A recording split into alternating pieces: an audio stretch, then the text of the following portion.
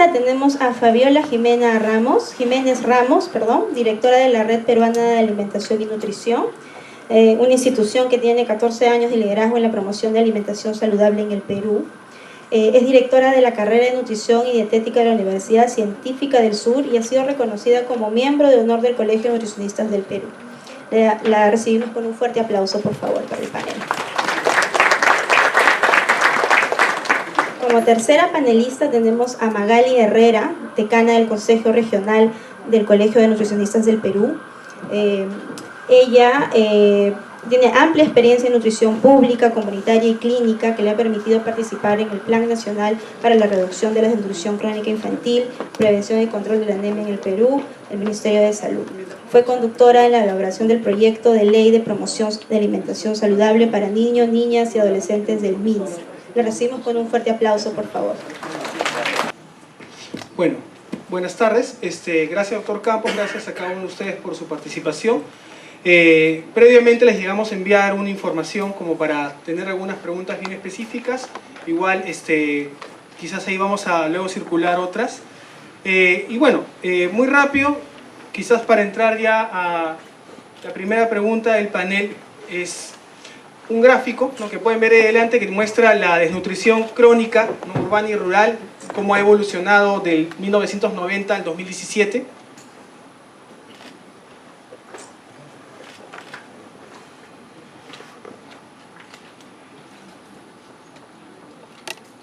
Entonces, como pueden ver, prácticamente las zonas rurales están como la zona urbana hace casi 20 años atrás, ¿no?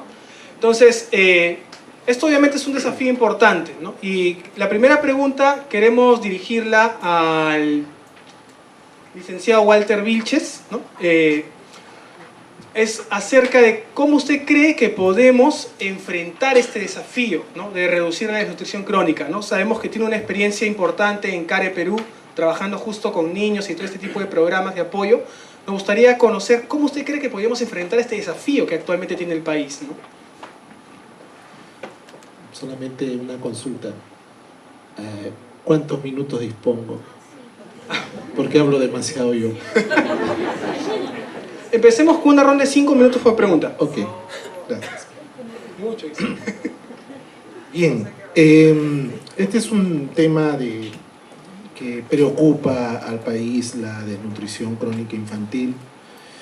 Pero este trabajo, que ahora podemos observar una reducción importante en los últimos años, es porque ha habido un análisis previo sobre la situación. Durante más de 10 años, entre la ENDES 96 y la ENDES continua 2004-2005, la desnutrición crónica infantil no tuvo mayor variación. A pesar de los esfuerzos que pudieran hacer los diferentes sectores y también las organizaciones de cooperación y la sociedad civil. Entonces los resultados no acompañaban. Y básicamente porque se pensaba que la desnutrición crónica infantil es solamente una enfermedad y por lo tanto es el sector salud el que tiene que enfrentarla. Pero el análisis nos muestra que la desnutrición crónica infantil es el reflejo de diferentes situaciones. Nosotros sabemos que si la agricultura no produce los suficientes alimentos o los alimentos son tan limitados que hacen que su precio sea elevado, las poblaciones no van a acceder a ellos. Y esto va a afectar principalmente a los niños que están en pleno crecimiento. Por otro lado, nosotros sabemos la importancia que tiene que las familias cuenten con agua y saneamiento. Nosotros el año pasado, por el fenómeno del Niño Costero, la ciudad de Lima se vio afectada por una crisis en la disponibilidad de agua.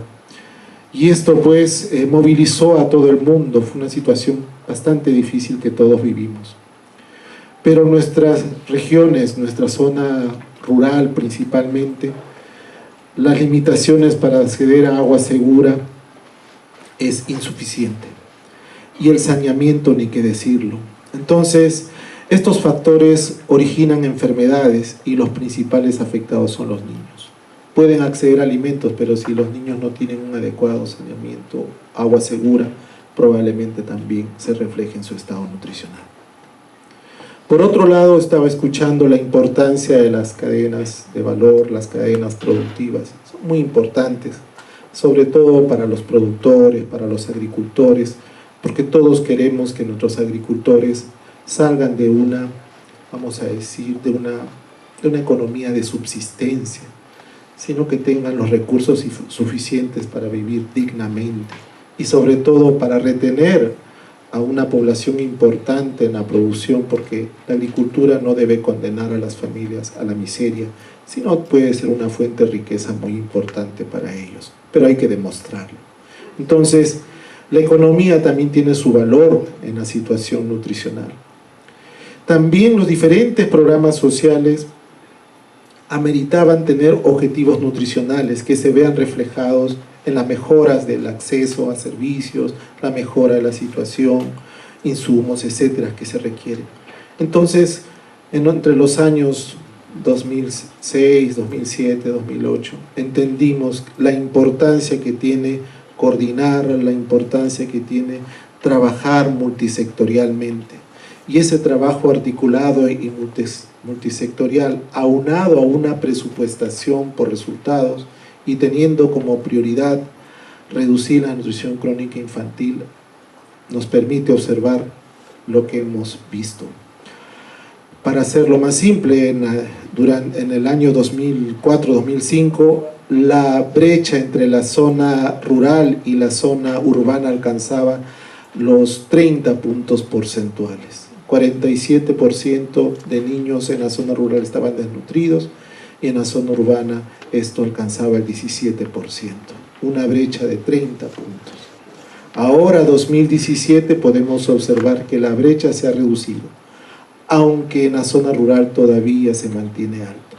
Hay mucho trabajo por hacer, pero lo más importante es que el trabajo articulado, coordinado entre los diferentes sectores, incluyendo la academia, porque aquí veo el esfuerzo que está haciendo la Universidad Nacional Agraria, La Molina, sus jóvenes estudiantes, sus jóvenes investigadores, es importante. Yo en algún momento me reuní con los académicos y les manifesté mi preocupación. Yo le decía a los investigadores, ¿saben cosas? Sus objetivos son muy importantes, pero esos objetivos deben responder también a los intereses de los agricultores, a los intereses de la población, a los intereses de los que toman decisiones, porque es la única forma de hacer que la ciencia realmente tenga sus efectos, sobre todo cuando pensamos en la mejora de la situación de salud y nutrición, porque los efectos que originan en estos niños son irreversibles. El desarrollo cognitivo se ve limitado, su atención se ve limitada cuando está en la escuela, los resultados académicos no acompañan a su esfuerzo. Entonces, esto tiene un reflejo en una situación no solamente educativa, sino una situación social, haciendo que el ciclo de la pobreza se transmita de generación a generación. Ya pasaron los 5 minutos, me avisan. Gracias. Perfecto. Listo, entonces voy a hacer un poco de abogado del diablo y les voy a avisar cuando falte un minuto para controlar el tiempo. Mirando desde otra perspectiva el tema de la alimentación saludable, quisiera pedirle a Fabiola Jiménez que nos puedas comentar. En el Perú también hay una situación vinculada al tema de obesidad, sobrepeso, ¿no?, que se está dando. Entonces, ustedes han hecho un trabajo muy interesante en promoción de la salud, ¿no? La pregunta que te haría es, más o menos hacia dónde está yendo el Perú en estos temas y qué cosas podemos hacer para reducir el riesgo, ¿no?, de parecernos más a Estados Unidos en los próximos años. Sí, gracias Omar por la invitación. Estoy muy contenta de participar en un evento de esta característica, ¿no? He participado a lo largo de mi vida profesional en muchos eventos y siempre nos quedamos en el diagnóstico, ¿no? O sea, cuando me contactan me llama mucho la atención el nombre de la red, ¿no? Una red de prospectiva, ¿no? Justamente proyectarnos en una visión de futuro que me parece importante. Entonces, vengo representando a la Red Peruana de Alimentación y Nutrición. Estamos trabajando 14 años ya que se han pasado volando. Entonces creo que Walter, mi colega, ha estado poniéndonos, digamos, muy claro el tema de desnutrición. Yo quisiera comenzar por un poquito llamar su atención en lo que significa la situación nutricional peruana, que es una situación bastante compleja, ¿no? Y que generalmente hay una palabra clave que se escucha poquito, que se escucha generalmente en el ámbito académico, pero no en el común de la gente, y es entender que en el Perú lo que tenemos es una coexistencia de enfermedades, ¿no? Yo a veces a mis alumnos les digo que tenemos en el Perú de todo como en botica. Tenemos por un lado desnutridos, tenemos anémicos, pero también tenemos problemas de sobrepeso, tenemos problemas de obesidad. A la obesidad hay que mirarla como una enfermedad en sí misma, una persona que ya esta vez está enferma, pero hay que entender que la obesidad es a la vez la puerta de entrada hacia las enfermedades crónicas no transmisibles. Entonces, cuando ya abordamos, cuando estoy hablando de enfermedades crónicas me estoy refiriendo a la diabetes, al cáncer, a las enfermedades cardiovasculares, etc. Entonces ahí estamos en serios problemas, ¿no? Porque, por ejemplo, salen las noticias, las famosas, lo que significa estar en una emergencia en un hospital, por ejemplo, ¿no? Entonces está colapsado el sistema de salud peruano. Entonces hay mucho dolor en qué cosa significa para un peruano ir a una emergencia en este momento. Entonces vemos a gente tirada en el piso, faltan médicos, falta mucha atención, pero no se reflexiona de repente a pensar que el trasfondo potente de por qué hay tanta gente enferma, por qué tanta gente tiene dolor, por qué tanta gente se está muriendo, es que hay un trasfondo potente de estas enfermedades crónicas que están matando gente. Entonces, el problema con las enfermedades crónicas es que cuando uno analiza, y analiza por determinantes sociales, es decir, analiza las causas detrás de las causas, uno se da cuenta que en realidad es muy complejo tener un modelo de abordaje porque tiene que ver mucho con el comportamiento de las personas. Cuando yo tengo una enfermedad crónica, justamente se llama crónica no transmisible, significa que nadie me la está contagiando. Significa que yo he tenido que tomar decisiones para de repente tener un cuadro de esas características, ¿no? Entonces, cuando yo llego al tema de comportamiento de la gente, es muy complejo. Omar mencionaba, y es correcto, que nosotros como institución hemos desde hace 14 años defendido muy intensamente el enfoque de promoción de la salud. Recordemos que existen 3 grandes estrategias de salud pública. La primera es promoción de la salud, la segunda es prevención de enfermedades y la tercera es tratamiento. El tratamiento es muy tarde ya tenemos gente enferma. Si nosotros, por ejemplo, yo también soy directora de una carrera de nutrición en la Universidad Científica del Sur, formo nutricionistas también. Entonces, uno se pone a pensar muy filosóficamente y en general nos hacemos llamar profesionales, comillas, de la salud, cuando en realidad nos forman para ser profesionales de la enfermedad, ¿no? Es de escalofrío cuando uno analiza, por ejemplo, los planes, la malla curricular, por ejemplo, de lo que significa la formación de un médico, ¿no? Es de espanto saber que no estudian ni un curso de nutrición, ¿no? Es de espanto, o sea, ¿de qué estamos hablando, no? Y me encanta estar en este panel porque habemos 3 nutricionistas, ¿no? Entonces, yo también siempre digo y caigo recontra mal, porque es políticamente incorrecto, decir zapatero a tu zapato, ¿no? Nutrición se estudia 5 años. Es una ciencia la nutrición. Escuchaba al ingeniero y hay mucha bioquímica metida en esto, ¿no? Nutrición es muy compleja. Entonces, en el tema de promocionar alimentación saludable, yo he hecho mi tarea y reflexionaba. Yo decía, wow, todo el mundo habla, promocionemos alimentación saludable, pero incluye dos conceptos muy potentes. Lo primero es promoción de la salud, que es esta primera estrategia que les comento, que se confunde mucho con el tema educativo, se reduce mucho al tema educativo. Y lo otro es alimentación saludable, ¿no? Todo el mundo, voy a decir también otra cosa políticamente incorrecta, ha prostituido el término alimentación saludable, pero cuando uno ya se pone un poquito más reflexivo y más filosófico, ¿y qué es alimentación saludable, ¿no? Y cuando uno revisa, solamente, por ejemplo, hay un documento muy interesante de mis colegas españoles que sí han hecho su tarea, han hecho muchos talleres y han consensuado una definición de alimentación saludable, porque es muy complejo en realidad el concepto, ¿no? Y tiene que ver mucho con un tema de sistemas, ¿no? Tiene que ver mucho con esta mirada. ¿Qué cosa significa entonces cuando uno une la frase, ¿no? Y Omar nos complica porque nos pide en 5 minutos opinar sobre cómo promocionar alimentación saludable, cuando es una tarea grandota, pero por ahí voy a comenzar, Omar, gracias. Gracias, Fabiola. Miren, creo que finalmente para aterrizar un poco esta discusión, ¿no? Más como el marco que hemos dicho, habría que pensar en qué alimentos, ¿no? ¿De qué alimentos estamos hablando en el Perú? Y justo ese gráfico es interesante porque la desnutrición, por ejemplo, crónica es diferente en cada región, en cada zona. Entonces, y a veces las políticas se centran en algún tipo de alimento, incluso industrializarlo y llevarlo a la zona y no ver las potencialidades territoriales que tienen, ¿no? Como parte de la estrategia, ¿no?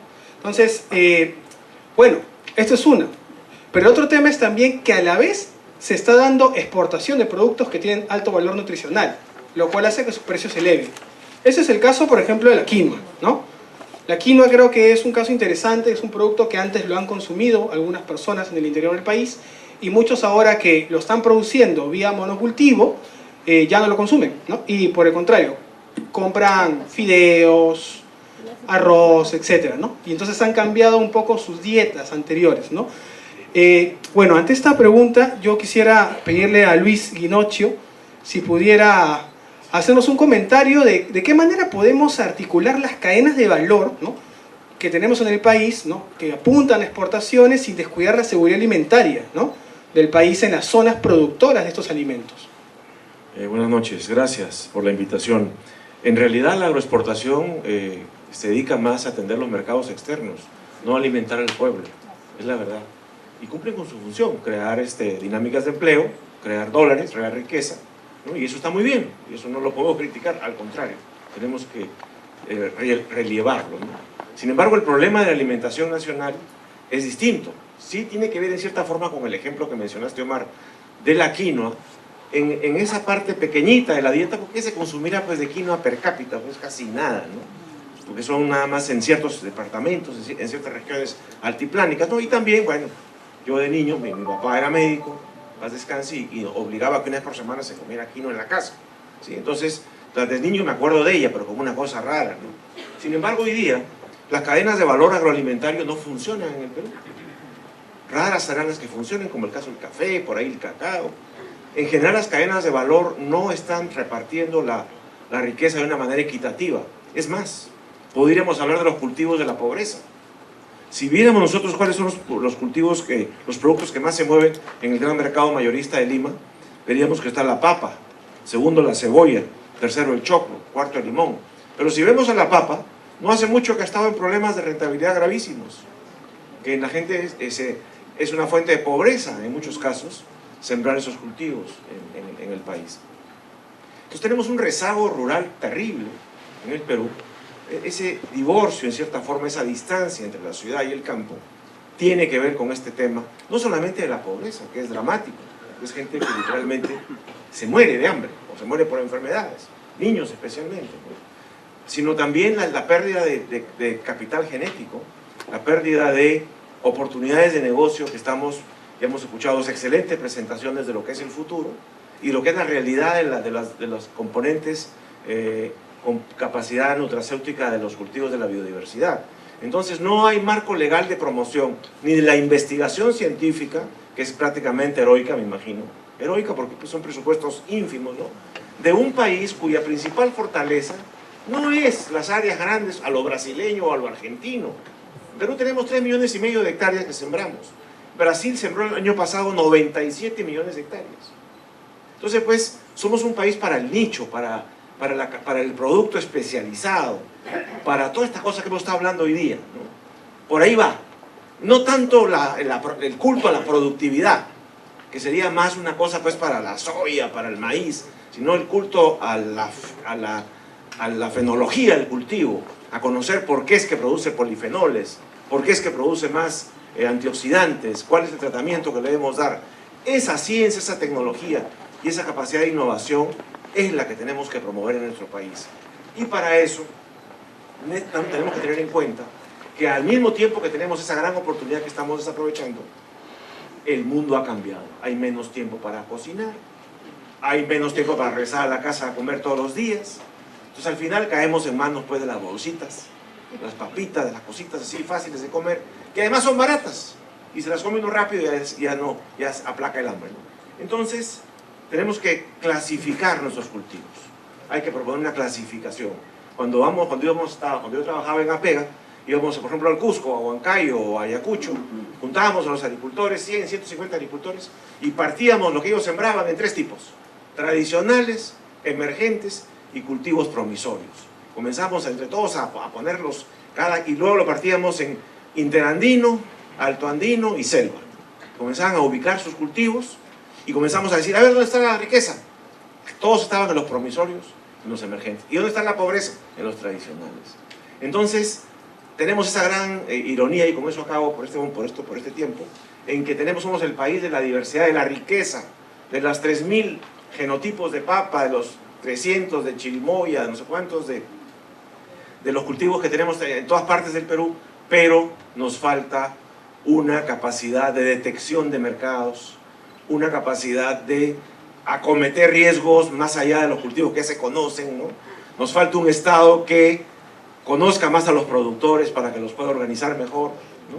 Y necesitamos una comunidad científica y un apoyo a la comunidad tecnológica, mucho, pero así como dijo, creo que el profesor de la Molina, 100 veces más fuerte de lo que está ahorita, para poder aprovechar esa ventaja que la naturaleza, lo que le quieran llamar así, o Dios, como le llamamos nosotros, que creemos en Dios, puso en el Perú como contrapeso de las poquitas hectáreas que nos dio pues, en el reparto de la tierra.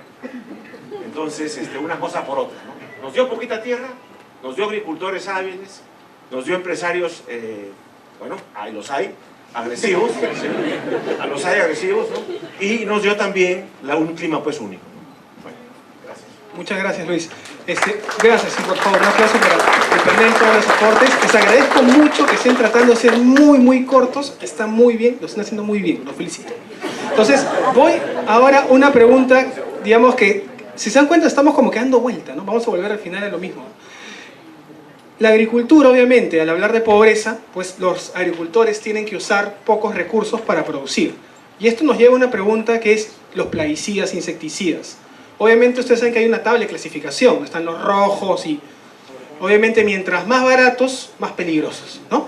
Entonces, quiero preguntarle a Carmen Puemape, porque justo han habido como algunos incidentes recientes, ¿no? Pero no para entrar en la coyuntura, sino pensando más en largo plazo, porque a nivel mundial ya hay cada vez más regulación dura al tema de plaguicidas en casi todo el mundo, y eso es una tendencia mundial, ¿no? Va a aumentar, ¿no? Se va a decir, elimina esto, quita el otro. De hecho, ha habido recientemente el caso de Monsanto, y paso para que puedan verlo, ¿no? Del juicio que perdió, ¿no? Perdió un juicio, y Bayer ahora entra a un juicio colectivo quizás más peligroso que el que estaba ahí. Entonces, esto ya es parte de también un problema, porque a la vez se relaciona y ya se insinúa, ¿no? Incluso con literatura científica, que hay una relación entre estos y temas como cánceres, ¿no? Entonces, ante este escenario, la pregunta es, ¿cómo podemos prevenir que esto continúe en el país? ¿Cómo podemos evitar? Porque al final va a haber un efecto, ¿no? En la agricultura, a través de, digamos, la dirección del Estado, de los controles y la regulación, ¿no? En el tema de los alimentos del consumo nacional.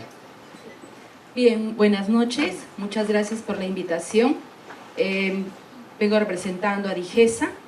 Y bien, en cuanto al tema del uso de los plaguicidas, si bien es cierto, como sector salud nosotros hemos elaborado la norma, el tema de la fiscalización de los plaguicidas lo tiene a cargo la Autoridad Sanitaria de Servicio Nacional de Sanidad Agraria. Esto no quiere decir que nosotros estamos exentos a eso, ¿no? Porque quiera o no, va a repercutir en la salud de la población. Y basta que repercuta en la salud de la población para que nosotros entremos a tallar ahí. Pero no solamente los plaguicidas, sino también los residuos de medicamentos veterinarios. Ojo, ¿sí? Se utilizan mucho como promotores de crecimiento, ¿no? Entonces, entendamos ahí esa resistencia antimicrobiana que estamos teniendo la población. ¿Por qué? Por el uso indiscriminado de antibióticos para el crecimiento y en este caso del sector avícola, que no nos dejará mentir, ¿no? Entonces, ya les digo, si bien es cierto en cuanto al manejo de los plaguicidas, hay que sí hacer investigación y como lo había mencionado el profesor, nuestro país se basa en no hacer investigación. No tenemos evaluación de riesgo, hacemos un mea culpa porque como sector salud tal vez eso sea lo que nos haga falta, sobre todo para los temas de inocuidad alimentaria, que ahora recién hace unos pocos años hablamos del tema inocuidad, ¿sí? Inocuidad alimentaria. No solamente decir que hay alimentos, no, que estos alimentos lleguen inocuos a la población. Ojo, que no hagan daño. Eso en sí, el resumen de la palabra. Por eso, cuando hablamos de los plaguicidas, pues ni modo. Hay muchos plaguicidas, hay mucha gente, los agricultores sobre todo, que por desconocimiento muchas veces utilizan un plaguicida, van a la agroveterinaria y le dicen, ¿sabe qué? Véndame tal plaguicida, se me está presentando esto. Y ellos no le dicen ni siquiera, oye, sí, mira, este es el adecuado. Sino a mí me dio resultado en el cultivo del tomate. A mí me dio resultado y muchas veces lo aplican en otros cultivos. Y por eso tenemos lo que tenemos. Hay una gran responsabilidad del Estado, sí, de dar a conocer qué es lo que se debe hacer. ¿Por qué tenemos tantos rechazos de las exportaciones cuando hay plaguicidas? ¿No? Presencia de plaguicidas que pasan los límites máximos de residuos. Igual, nosotros también deberíamos aplicar la norma. Simplemente eso. Las normas están dadas. Creo yo que lo que falta es aplicarlas. Muchas gracias, Carmen. Voy a hacer una pregunta a Magali. Quizás una pregunta ya con todo lo que han hablado se pone difícil, pero es, ¿cuál es el perfil del egresado de nutricionista que necesitamos a futuro para el país? Con todo este nuevo contexto, ¿no? Y incluyendo lo que hablamos en la primera presentación, de que ahora hay tecnologías incluso que son mucho más precisas para ver qué está pasando internamente y te permiten hacer, digamos, propuestas alimentarias más específicas en función a tu cuestión genética, ¿no? Entonces, ¿cómo va a cambiar, ¿no? en el Perú este tema de la formación de nutricionista futuro? Bien, buenas noches, Omar, gracias por la invitación. Saludo también a mis compañeros panelistas. Y creo que Fabiola representó o dio una frase que los nutricionistas nos comunicamos bien, zapatero a su zapato, y de verdad agradezco que en temas de alimentación hayan llamado a profesionales nutricionistas. Bien, ¿qué es lo que se quiere en el futuro de un nutricionista? Primero hay que conocer cuántos nutricionistas existen en el Perú. En el Perú recién somos 7.000 nutricionistas para los 31 millones de habitantes que existimos.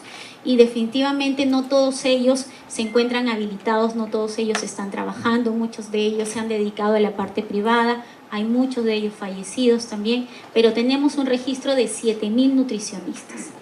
Solo para Lima tenemos, de los 7.000 que están en todo el Perú, 4.200 aproximadamente, para toda la población de 10 millones de habitantes que tenemos acá en Lima. Entonces, aproximadamente es un nutricionista por cada 50.000 personas. ¿Y qué es lo que se necesita a futuro de un nutricionista? Un nutricionista con una mirada más holística, ¿no? Que vean muchos más campos, que averigüe y se introduzca más en el pensamiento de la persona como un ente general, ¿no? Y como un ente que está dentro de una sociedad, dentro de una familia, y cómo se puede hacer el abordaje, no solamente de este paciente de manera individual, sino cómo este se está relacionando. Nosotros en la carrera de nutrición estudiamos mucha ciencia, ¿no? Desde las ciencias básicas, que actualmente, a medida que se ha ido creciendo la carrera acá en el Perú, como carrera tenemos 72 años, pero como colegio profesional recién tenemos 32, perdón. Entonces somos una carrera bastante joven, quiere decir que hay mucha necesidad de nutricionistas para poder abordar los problemas alimentarios-nutricionales. Sin embargo, dentro de las carreras que han ido avanzando o cómo ha ido avanzando la carrera, para formar las mallas curriculares, y acá Fabiola no me dejará mentir, también estoy viendo a la profesora Cereceda, Walter Vilches también es docente, yo misma soy docente, para poder planificar la malla curricular tenemos que conocer la realidad nacional, la realidad alimentaria, nutricional que tenemos actualmente en nuestro país. ¿Y cuáles son esas cifras que son muy alarmantes? Por ejemplo, lo que más nos está en estos momentos afectando es el tema de la anemia, que seguramente ustedes ya saben por más de todos los esfuerzos que está haciendo el Ministerio de Salud. En Lima, en el primer semestre se ha incrementado 4% más el tema de la anemia en los niños menores de 3 años. Quiere decir que sí, definitivamente hay un niño de 2 que tiene anemia. Y como decía Fabiola, coexistencia además con este niño anémico que también tiene un problema de sobrepeso, obesidad, porque no existe seguridad alimentaria. Definitivamente el Perú tiene escasez en la política de seguridad alimentaria, ¿no? Y ese es el diagnóstico que siempre lo hemos dicho, no solamente profesional nutricionista, sino también otros profesionales que están relacionados al tema de la alimentación y nutrición. Y es una pena porque, como dice Fabiola, llegamos hasta el diagnóstico, pero ¿y qué más? Bueno, entonces el compromiso que tiene ya todas las carreras de nutrición es tener un profesional nutricionista que tenga características como cuáles, por ejemplo, conocer la biología ortomolecular, utilizar las tecnologías, pero tecnologías de la información, abordar, por ejemplo, pacientes, porque en su mayoría creen que el nutricionista solamente sirve para hacer bajar de peso a las personas. Y no, vamos más allá de eso. El nutricionista en realidad puede proponer políticas públicas, soluciones para los problemas alimentarios nutricionales. Entonces, es una mirada mucho más holística. Utilizamos la bioquímica desde el inicio hasta el fin. Para el nutricionista que no conozca de bioquímica, en realidad es difícil que pueda hacer un diagnóstico nutricional, una dietoterapia para aquel paciente. Entonces, tiene que abordar absolutamente todas las ramas de la ciencia y también de la tecnología. No solamente tecnología de la información, también utilizamos la tecnología bioquímica, por ejemplo. Actualmente en MINSA se está trabajando el tema de telesalud, seguramente que acá hay médicos y podrán corroborar lo que estoy diciendo. El tema de telesalud es poder tratar a los pacientes a través de las redes de informática, a pacientes que están en zonas muy alejadas. Bueno, ese tipo de tecnologías también nos sirven a los nutricionistas porque somos tan pocos que difícilmente llegan nutricionistas hacia el fondo de nuestro territorio, ¿no? Esas zonas más alejadas donde los índices de nutrición crónica son mucho más elevados. Bueno, en esos sitios este tipo de tecnologías de la información permite precisamente poder abordar los problemas de manera multidisciplinaria. Y estamos totalmente convencidos, porque eso también nos enseñan en la carrera, que el nutricionista no es el único que va a resolver el problema alimentario nutricional. El nutricionista tiene que trabajar de la mano con los demás profesionales, no solo de la salud, sino también con otras ramas de las ciencias sociales, por ejemplo, que permiten abordar este tipo de problemas alimentarios nutricionales. Muchas gracias. Mire, creo que ya están entrando las preguntas, estoy viendo, ahorita voy a soltar algunas de las preguntas que están en el Pigeon Hole. Pero antes quiero darle la palabra al doctor David Campos, porque tengo una pregunta que me parece que es interesante. O sea, los alimentos funcionales, como usted lo ha presentado, obviamente tienen un rol importante, ¿no? Todo lo que se está haciendo a nivel de la ciencia desde ese ángulo. La pregunta que yo me hago es, ¿se pueden hacer accesibles a la población de bajos recursos ese tipo de alimentos? ¿O siempre apuntan a, digamos, mercados de alto poder adquisitivo? Y si conoce experiencias de desarrollo de alimentos funcionales, que apunten más a mercados donde no necesariamente, digamos, son economías de altos ingresos. Gracias por la pregunta. Bueno, en realidad cuando hablamos de la biodiversidad y pensamos en los productos que mencioné dentro de la presentación, estaban productos que son mayormente consumidos por la población de menos recursos. ¿Quién consume mashua? ¿Quién consume yacón? En los Andes. Entonces no son productos para una población de grandes recursos. Más bien mi presentación tenía otro mensaje también, ¿no? Es que debemos trabajar en valorización de esa biodiversidad, ¿no? Cuando mencionábamos fructooligosacáridos de yacón, decíamos, bueno, el 80% de la materia seca del yacón es fructooligosacáridos. Entonces hay que poner un poco de ingeniería ahí y purificar eso y comercializar, porque la demanda de fructooligosacáridos en el mundo es grande, ¿no? O sea, es el caso de el caso de los polifenoles y el caso de los glucosinolatos y también los fitosteroles y tocoferoles, ¿no? Que es más o menos parecido. Muchas gracias. Ahora, una pregunta, sí, respuesta muy breve, luego voy a pasar a las que están para que todavía puedan agregar sus preguntas. Es, ¿qué alimentos y para qué, o sea, qué alimentos de la biodiversidad peruana ustedes recomiendan que deberíamos investigar más para asegurar una alimentación saludable en el Perú? Muy puntuales, una ronda de intervenciones y de ahí empiezo a leer las preguntas que están más votadas. Sí, yo justo en la exposición, en la pregunta anterior, ahí me faltó de repente incidir. ¿Saben qué? Aquí en el Perú falta mucho investigar el tema del consumo de los insectos. Fíjense ustedes, en la selva, la población de la selva, de la Amazonía, consume las hormiguitas ziquizapa, ¿no es cierto? Y lo utilizan como fuente proteica. Entonces ya lo están llevando hacia un alimento funcional. Pero claro, lo traemos a la costa y entonces decimos, no, hormiga jamás, ¿no? Y es todo un proceso el que tiene que hacer. Luego están los gusanitos, los suris, ¿no? Que también es una fuente de grasa que utilizan las personas allá y que permiten tener una alimentación sostenida mientras exista ese tipo de producción, porque finalmente eso es lo que nosotros buscamos, que la población pueda tener seguridad alimentaria basada en una alimentación que sea sostenible, ¿no? Y para eso es importante también fortalecer mucho el tema de la agricultura familiar. Yo creo que ahí coincidimos todos, porque eso es lo que está faltando en estos momentos, ¿no? Que se produzca más alimentos. Y perdónenme si es que hay alguno de mis amigos venezolanos acá, pero con toda la ola de venezolanos que en estos momentos tenemos, la población se está incrementando y la producción de alimentos sigue siendo la misma. Es más, ha disminuido porque están utilizando los terrenos de cultivo precisamente para hacer biocombustibles y no para producir alimentos en realidad, ¿no? Entonces, la producción es menor y encima lo que se produce sale hacia el exterior. O sea, es por eso que encontramos el costo de la quinoa demasiado elevado. Sobre la misma pregunta, yo pienso que eso se ha visto en APEGA, en la Sociedad Peruana de Gastronomía.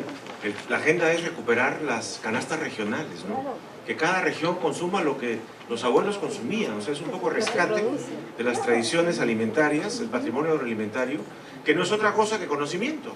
Conocimiento que ha venido a través de las generaciones, se ha venido recibiendo de generación a generación, y que luego, pues ahora con el mundo cambiado, la gente dice, no, mejor ya no como ese plato de la sopa de las 7 granos, porque lleva mucho tiempo, no, pues prefiero comerme una bolsita de algo, o un alimento preparado.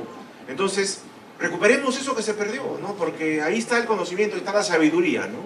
Entonces es un asunto, es una cruzada, no solamente de la gastronomía, por supuesto, de los maestros que son el tejido social más extenso, ¿sí? De todas las organizaciones que tienen que ver con los territorios, ¿no? Los municipios, ¿no? Cerca de 2.000 municipios en el Perú, ¿no? Vamos a elegir a 2.000 alcaldes distritales, 190 alcaldes provinciales, ¿no? Entonces, todo ese tejido tiene que recuperarse, la importancia y la alimentación. Y la gastronomía lo que ha hecho es, ha dicho, oye, acá se come rico desde mucho tiempo atrás. Nada más es tomar esas recetas, ¿sí? Y conseguir cuáles son los elementos que se podrían enriquecer a partir de la química de los alimentos, de la biomolecular, todas estas cosas nuevas que hay, para saber cómo se pueden fortificar ciertos alimentos. ¿Y cómo se llama eso? Otra vez, conocimiento para dominar el contenido de los alimentos. Conocimiento fenológico agrícola, conocimiento de procesamiento. Entonces tenemos que ser un país de científicos.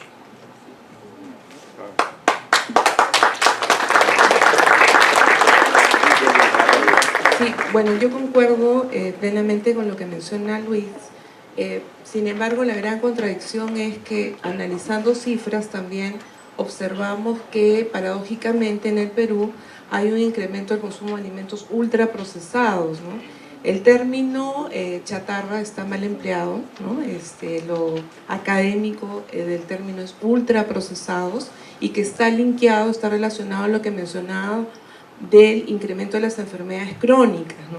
Entonces, es como que nos juega una mala pasada el tema de, inclusive esta biodiversidad que tenemos, ha demorado, por ejemplo, mucho. Aún no contamos el Perú, si hablamos de herramientas de educación poblacional, con guías alimentarias, ¿no? Y es una deuda que están saliendo, están medias ahí cerca de la puerta del horno, pero digamos que, por ejemplo, hay guías alimentarias. Me gusta mucho la propuesta, por ejemplo, brasileña, porque un gran reto que tenemos, por ejemplo, los nutricionistas, es cómo hablamos en términos de comida a la gente y no en términos de nutrientes, ¿no? Entonces, ahí es donde nos distanciamos, ¿no? Cuando los nutricionistas comenzamos a hablar de proteínas, de aminoácidos, de no sé qué, la gente sencillamente va a cambiarnos y va a preferir escuchar al doctor Pérez Alvela, ¿no? O al doctor Olaya, ¿no? O a Yanet de Manuel, ¿no? Entonces, y ellos están en señales abiertas y la gente les va a hacer caso, ¿no? Entonces, allí, en el tema, por ejemplo, de guías alimentarias, creo que hay una herramienta muy potente. Ahora, también, por ejemplo, tenemos un reto enorme, porque, por ejemplo, con el tema de la ley de alimentación saludable, todo el mundo se ha rasgado las vestiduras, ha habido unos debates, digamos, a veces superficiales, ¿no? Pero nadie, y también es una papa caliente cuando uno se pone a hablar de gastronomía peruana, ¿no? Cuando uno habla y la gastronomía peruana es saludable, cómo se combina, cómo está el tamaño de porción, ¿no? Los chefs, por ejemplo, han tenido logros espectaculares a nivel internacional, pero ahí uno se pregunta, así como estaba criticando a los médicos que no estudian nutrición, luego escucho a chefs muy renombrados con gruesos errores en nutrición y la gente les hace caso, ¿no? La gente les cree, ¿no? Y las combinaciones son muy malas, ¿no? Entonces, se está reestructurando Mistura, por ejemplo, pero yo creo que a los nutricionistas, cuando hemos ido a Mistura y vemos a la gente feliz comiendo el chancho palo, un poco que colapsamos porque somos los malos de la película, ¿no? Pero son temas reales que también, así como se ha hecho un evento, o sea, podemos hablar de una gastronomía peruana saludable, ¿no? O ¿cuál es digamos, por ejemplo, Ferran Adrià, que en su época fue el mejor chef del mundo, él, o sea, se la jugó completito por el tema de la salud, ¿no? Tiene un libro que se llama La cocina de la salud. Entonces, digamos, equilibrio en lograr que lo sano sea rico es el gran desafío que tenemos. Y otro tema, por ejemplo, acá estamos de diferentes sectores, pero cuando estamos hablando de sistemas, ¿no? Parte de algo muy sencillo de diferenciar qué cosa es alimentación versus nutrición. ¿Qué cosa nos referimos cuando hablamos de política alimentaria versus política nutricional? La verdad es que luego los ministerios, cada quien trabaja para su santo, ¿no? O sea, ese recambio tan alto a veces de funcionarios, pero Minagri hace que tendría que liderar la política alimentaria y luego el Ministerio de Salud, la política nutricional, están divorciados, ¿no? Entonces es complejo porque estamos hablando de sistemas que están yuxtapuestos y en medio está la salud de la gente, ¿no? Sí, solamente quería, acotar a lo que había hablado Magali, sí, en el tema de que muchas veces no se conoce todos los alimentos que hay en las zonas, ¿no? En las diferentes regiones. Yo he vivido 12 años en San Martín, nunca comí el suri ni la hueva, ¿no? Por el mismo aspecto que tiene, pero la gente lo comía y ellos mencionaban, es muy agradable. Mis hijos han sido criados allá y cuando vinieron a Lima, el tema de la moda les cambió totalmente todo su panorama, porque allá conocían el famoso pijuayo, el inguiri, conocían el aguaje, ¿no? Y acá todo el mundo lo quedaba mirando y cuando le dijeron vamos al Bembos y mis hijos no sabían comer jodó, todo el mundo empezó a reírse de ellos, ¿no?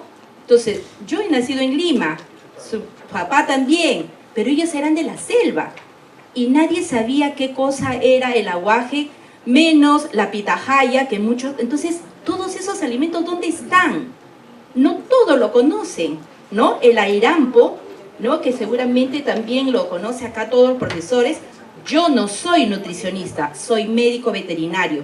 Trabajo 20 años en salud, conozco la parte sanitaria, por eso me doy, bueno, el tema de hablar de la parte sanitaria, porque no solamente hay que ver qué cosa hay que darle, sino cómo vienen esos animalitos, ¿no? A ser fuente de proteína. ¿Son tan sanos como pensamos? Tal vez porque cuando es al reverso de nosotros, ¿no? El animalito está saludable porque está gordito. Bien difícil ver un chancho flaco, bien difícil ver una vaca flaca, ¿no? Tiene que estar gordita porque tiene que estar bien alimentada. Pero, ¿bien alimentada qué? ¿Con pasto natural? Dejo ahí la pregunta. Gracias. Sí, habló nuestro amigo qué alimentos. Pensando en la población, vamos a decir, comprende mejor el tema cuando le hablamos de preparaciones. Nosotros sí, claro, los que estudiamos los alimentos sí nos interesa saber a qué grupo pertenece, cuáles son sus bondades bioquímicas, nutricionales, etc. Pero la población entiende el tema de preparaciones. Entonces, sí, de acuerdo con estudiar más estudiar y recuperar las canastas regionales, porque cada región tiene un contexto diferente. Y entonces nosotros, antes de proponer una política, para que ésta sea implementada, debemos conocer más el contexto, porque es el contexto el que va a influir en la política. Y entonces al final tenemos frustraciones cuando o no se implementa o cuando los resultados no acompañan. Por otro lado, algo que debemos siempre mencionar, estamos frente a los efectos del cambio climático. Entonces, para nosotros el cambio climático tiene su impacto en la seguridad alimentaria y nutricional, y entonces a las canastas alimentarias, nutricionales, regionales, además de reconocer las bondades de lo que se produce localmente, tenemos que promover su consumo o mantener su consumo de aquellas que van a ser útiles como medidas de adaptación frente al cambio climático. Cada vez hay temporales que los productores no pueden presumir que va a suceder así.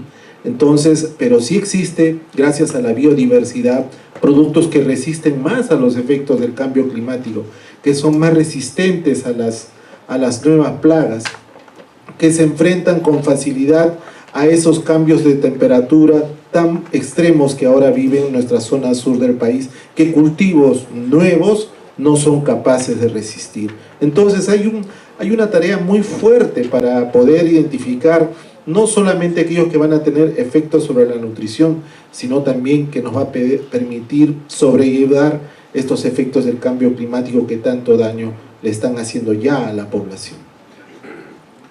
Muchas gracias a todos. Miren, ya tengo acá las preguntas principales, ¿no? Algunas seguro van a ser muy específicas por el tema, no dirigido a personas. Por ejemplo, la primera dice: ¿se ha escuchado del modelo de negocio leasing de químicos para reducir el uso de agroquímicos y que a la vez ofrece servicios de acompañamiento para mejorar la productividad? ¿Alguno de ustedes quisiera responder a esa pregunta? Lo repito, dice: ¿se ha escuchado del modelo de negocio leasing de químicos para reducir el uso de agroquímicos y que a la vez ofrece servicios de acompañamiento para mejora de la productividad? Bueno, pasa. Siguiente. ¿Cómo se piensa manejar? Esta es la siguiente pregunta. ¿Cómo se piensa manejar el tema de la anemia habiéndose aumentado en los últimos años? ¿Qué nuevos proyectos se tienen en mente? El tema de la anemia. A ver. Sí. Bueno, nosotros tenemos conocimiento de que el Ministerio de Salud está haciendo grandes esfuerzos para que el programa de suplementación se implemente y dé los resultados que uno desea. Y lo último es que se ha incorporado como política de salud promover la fortificación del arroz, ¿no? Entonces, yo creo que a estos esfuerzos, o sea, las intervenciones de demostrada eficacia se conocen. El problema, en mi opinión, está en que necesitamos investigación para conocer la manera más apropiada, más adecuada para implementar esa política. Porque muchos de los resultados que tienen estas intervenciones son en otros tipos de contexto.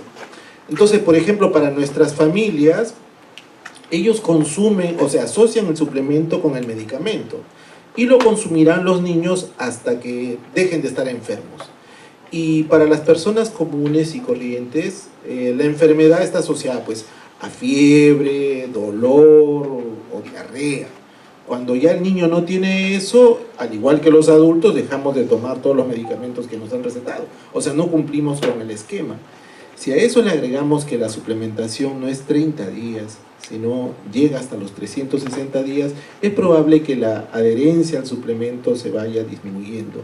Entonces, habrá que investigar cuál sería la mejor estrategia para poder conseguir los 360 días de suplementación que uno espera.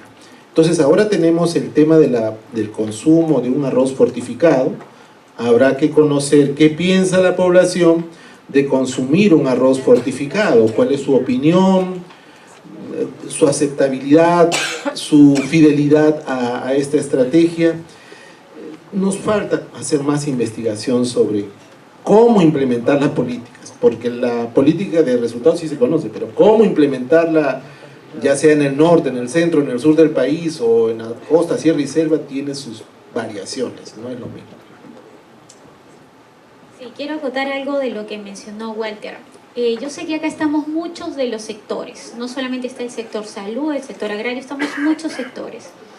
Y hubo una ponencia reciente del Ministerio de Salud hace más o menos 3 semanas, donde uno de los ofertas o propuestas exitosas que se había dado había sido en Ayacucho, donde se había recuperado el índice de anemia, había disminuido en un 11%. Y la persona que presentó este caso dice que uno de sus trabajadores, uno del personal de salud de su centro de salud le dijo, pero nosotros no vamos a solucionar la anemia, porque la anemia es multicausal. Y bueno, la responsable le dijo, bueno, entonces si es multicausal, tú dedícate a hacer lo que a ti te corresponde, porque a los otros sectores le va a tocar hacer lo que les corresponde al otro sector. Y esto lo digo ¿por qué? Porque efectivamente el tema de la anemia parte principalmente por el tema de educación. ¿Y educación de quién? Desde la adolescente, desde la mujer adolescente que tiene que consumir por lo menos el suplemento de hierro. No sé si acá haya todavía algún adolescente, porque según el Ministerio de Salud, adolescentes hasta los 19 años, 11 meses y 29 días, pero si es que existiera acá uno, ¿saben que tienen que suplementarse con hierro y ácido fólico, por ejemplo? Esa falta de educación o de comunicación que a veces existe en el sector o entre los sectores no permite que se llegue absolutamente a toda la población. Para eso tenemos las tecnologías de información, pues utilicemos las redes sociales. ¿Saben ustedes que este domingo, por ejemplo, es la 3ª campaña nacional para la lucha contra la anemia? Que tienen que ir a su centro, a sus establecimientos de salud más cercanos para que hagan el despistaje de la anemia, para que les den, no es la suplementación, sino la fortificación casera, porque lo que son los multimicronutrientes o chispitas que le llaman, es fortificación casera, ¿no? Y también se está incorporando la fortificación del arroz. Como dice Walter, hay que ver si la gente acepta el arroz. Por ejemplo, en la India ha sido un tema exitoso el tema de fortificar la sal. Ustedes saben que la sal está fortificada con yodo, pero también la han fortificado con hierro. Entonces habría que ver ese otro panorama, a ver si es que se aplica es un alimento de consumo masivo, ¿no? Absolutamente en todas las regiones. Sabemos que no en todas las regiones del país se consume arroz, ¿no? A veces en la sierra, por ejemplo, hay más consumo de tubérculos que el arroz en sí. Y esto es todo un tema también de prácticas alimentarias y para mí convicción, ¿no? Completamente segura que tiene un fondo de educación. Y así pues no recuerdo quién de los ponentes dijo, estamos totalmente divorciados entre los sectores. Se divorcia educación de Salud, del MIDIS, del Ministerio de la Mujer y del Ministerio de Agricultura. Y me van a disculpar si hay alguien acá del Ministerio de Agricultura que tiene durmiendo hace muchos años la estrategia de seguridad alimentaria, por ejemplo, ¿no? Que estamos viendo cómo se debe implementar y en realidad estamos ahí en el aire. El año pasado el Minagri tuvo una participación muy activa con el tema de la semana de frutas y verduras, y cuando yo pregunté, seguramente es la estrategia de seguridad alimentaria la que está tomando este tema. No, ellos no saben nada de este tema de la semana de frutas y verduras. Es una pena que existiendo la política en papel no se implemente como se debe. Y bueno, nuevamente falta educación y trabajo articulado entre los sectores. Sí, muchas gracias, bueno, concuerdo con lo que está mencionando Walter y Magali, pero yo creo que en el tema de anemia, lo primero que tenemos que hacer es un mea culpa, ¿no? O sea, si estamos con las cifras tan mal, tenemos que girar hacia estrategias distintas, ¿no? O sea, si he insistido por un camino y estoy metiendo la pata, entonces, y estamos en un evento de innovación y estoy viendo gente muy joven, entonces, y salir del sector salud, que también a veces es tan asfixiante, ¿no? Como decía Magali, en un montón de foros de anemia, las chispitas, y es la locura con las chispitas, ¿no? Entonces, aquí el tema es cómo promovemos, ¿no? O sea, está totalmente identificado y diagnosticado en el caso del Perú la anemia como un problema de salud pública, como un bajo consumo de alimentos que son fuentes ricos en hierro pero de origen animal. O sea, ya tenemos ahí la ruta, digamos, del punto de partida de la ruta. Entonces, cuando nosotros nos ponemos a pensar en la promoción de este consumo, ¿no? ¿Cuáles son estos alimentos? ¿No? Y ahí hay que rescatar las cosas valiosas, ¿no? Volvemos al tema de la sangrecita, por ejemplo, pero en temas de innovación, yo les voy a dejar sobre todo a estas caras tan jóvenes que me están mirando, que pueden de repente aportar dos temas les voy a dejar que me parecen muy innovadores. Uno, la experiencia del Forticao, que la pueden googlear, la pueden chequear. Es una enfermera, ¿no? Aquilina, ¿no? Que es una empresaria, ¿no? Es una enfermera que trabajó en la selva y estaba harta de ver tanta gente con el tema de anemia, y ella comienza a investigar, mezcla harina, sangre de vacuno con cacao, ¿no? Que se enmascara muy bien y que funciona muy bien, no obstante tiene un problema de costo, que sigue siendo un costo muy alto, ¿no? Entonces, pero sin embargo, pongámonos a pensar, ¿no? Pongámonos a pensar en una gestante que tranquilamente está desde su casa tomándose una cocoa y está consumiendo hierro, ¿no? de origen animal, pero de una manera distinta, ¿no? O sea, por eso viene el tema de innovación y, por ejemplo, utilizando esta misma harina, ¿no? De sangre de vacuno incorporada para la ruta de panificación, también da, digamos, alternativas muy potentes, pero en tema de anemia, yo lo que considero es que tenemos que salir de la caja, ¿no? Y pensar distinto y comenzar a trabajar con jóvenes nuevas estrategias para que la gente consuma este famoso hierro de fuente A. Y también yo quiero meter en el problema acá a los municipios, ¿no? O sea, el tema de municipios saludables es un súper tema también, ¿no? Y entonces, ahorita que estamos ante las elecciones, ¿cuántos candidatos están pensando que el tema de la anemia también es su problema, ¿no? ¿Qué nos proponen al respecto? No todo es cemento y muy poquita gente propone cosas interesantes desde la perspectiva de municipios saludables, que me parece que el tema de la figura de un municipio es clave en todo esto. Muchas gracias a todos, realmente creo que ha estado muy rica la discusión, bastantes aportes.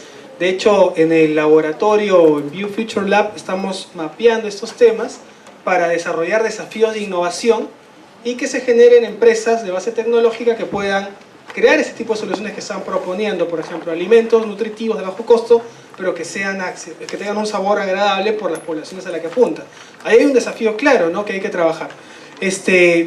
Vamos a cerrar. Yo quiero pedirle al doctor David Campos, ¿no? Digamos, él ha hecho la presentación central, ¿no? De lo que son alimentos funcionales y nos ha presentado algo muy interesante, la perspectiva que hay en ese tema, ¿no? Y La última pregunta para cerrar con este panel es, ¿usted qué líneas cree de investigación y desarrollo en ese campo deberíamos priorizar en el país? A ver, depende hacia dónde nos orientamos, ¿no? Si es el mercado local, si estamos pensando en agroexportación. Mercado local, pensando en la alimentación solo en el mercado local. Que los dos son importantes, ¿no? A ver, yo creo que en lo que es estudios en fitoquímica, identificación de compuestos activos, todo lo que es procesamiento gastronómico, que es importante, y todo lo que es las tecnologías post cosecha, para conservar esos compuestos. Y de ahí, yo creo que hay un aspecto que es fundamental también, que son los hábitos de consumo, ¿no?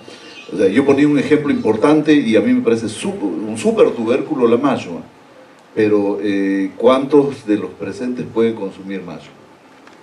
¿No? Hay que ver formas, y ahí entra nuestro trabajo, que es transformación, pero de una manera responsable y con conocimientos amplios conocimientos de bioquímica para no destruir principios activos. Creo que hay un trabajo por delante muy, muy grande en ese aspecto. Muchas gracias, doctor David. Le agradecemos a todos los panelistas con un aplauso por su intervención.